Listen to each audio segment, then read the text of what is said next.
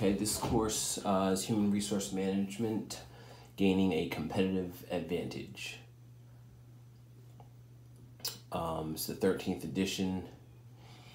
I'll cite the authors later on as I progress through the book, but I'm just going to give a quick overview of what I'm working on. I try to sync my courses up, so I'm in Chapter 5 in Business Management and Chapter 5 in Human Resource Management. So, Chapter 5 is Human Resource Planning Recruitment.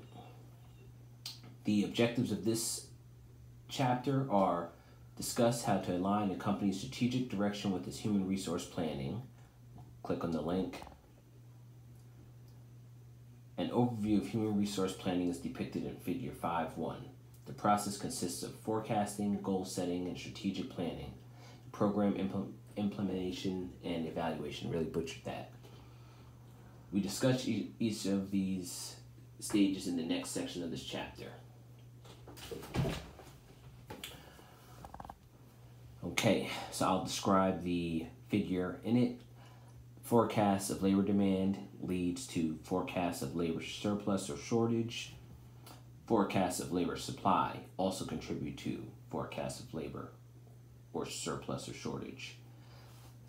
The next category is goal setting and strategic planning. They both contribute to that. Labor demand and supply, and forecasts of labor demand and supply also contribute to program implementation and evaluation. Still can't say the word.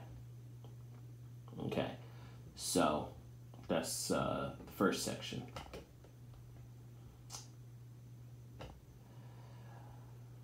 Objective 2, determine the labor demand for workers in various job categories. That's 5.2. Okay, it starts out to say, typically the demand forecasts are developed around specific job categories or skill areas relevant to the organization's current or future state. Once the job categories or skills are identified, the planner needs to seek information that will help predict whether the need for people with those skills or in that job category will increase or decrease in the future. For example, due to the aging population in the United States, elder care was one of the fastest growing industries, and thus one expected that there would be a high demand for workers with skills that suit this work. Okay, they go on to describe how COVID stopped this. All right.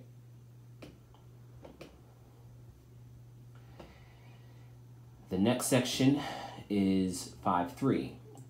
Discuss the advantages and disadvantages of various ways of eliminating a labor surplus and avoiding a labor shortage. The category goes into competing through globalization, and it gives us a quick synopsis about competing through globalization.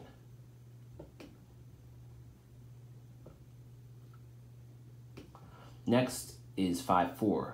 Describe the various recruitment policies that organizations adopt to make job vacancies more attractive. And it goes through the various policies they have: personnel policy, internal versus external job recruiting, job security.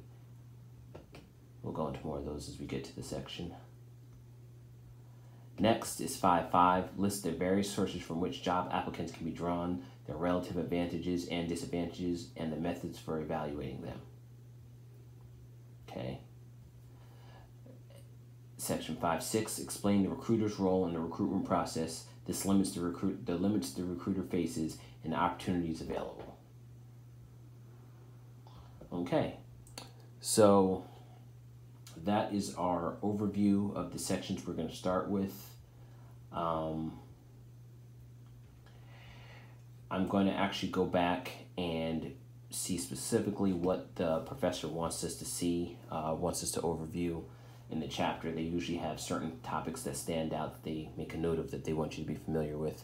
So I'm going to go review that, and then I'm going to come back and we are going to, I'm going to dictate what Chapter 5 consists of for anybody that wants to follow along, that has access to this or was considering taking human resources. This is HR It's a 254 level class, so 250. So it's a higher level course. There's some prerequisites, but it's a higher level 200, which gives it a, believes it transfers in at a bachelor's level or four-year university level as a 100 level transfer credit. I'm not sure, but it'll satisfy, I believe that, or no, it'll satisfy actually this particular course at a bachelor's level. So anybody that's considering taking human resources, you can take this particular course at community college, and it should transfer directly over to your bachelor's level, save some money on the course. Community college is about, I want to say maybe $800 for a course in comparison to four-year university of a similar, state school. It's usually around $2,000, $2,100 for a course, something like that, give or take. That's not including any financial aid or nothing like that, just the course straight up. So I try to say take whatever you can at the community college and save your money. All right. So, yeah, I'll be back and check in with you.